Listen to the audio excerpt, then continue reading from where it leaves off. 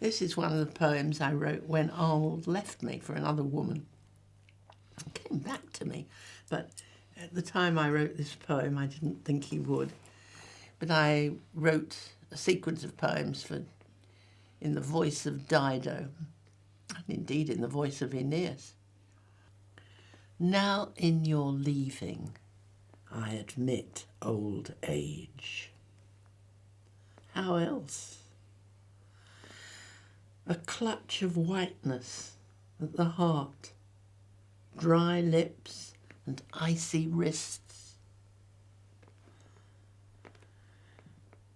A scream that cuts my face into a wooden gape.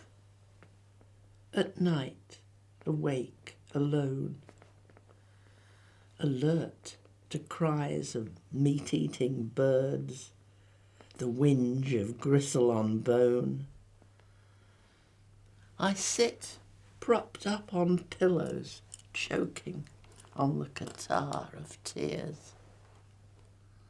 Sick and yet stubborn. I, who was once your nurse, hold back the power of my ancient curse. I recognize in you that juniper tree, top-heavy with branches, who may be, will try to seed again in parched earth and salt land, but will not stand, while my own root goes deep into soil where mysterious waters keep their sources cool.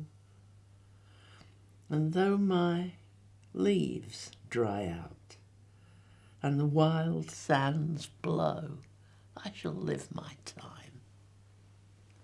And when my bones lie between white stones at last,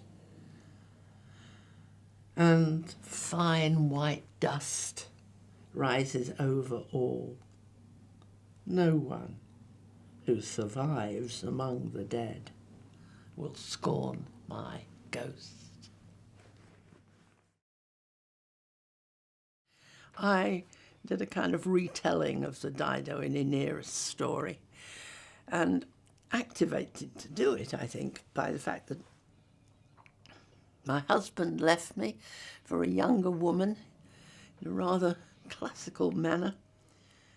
Well, he came back to me, in fact, but while I was suffering this great pain and reading as it happened the Virgil story, it occurred to me that I would not behave as Dido is supposed to have behaved, and I retold the story as if from an attitude of an African queen who refuses to die rather than committing suicide.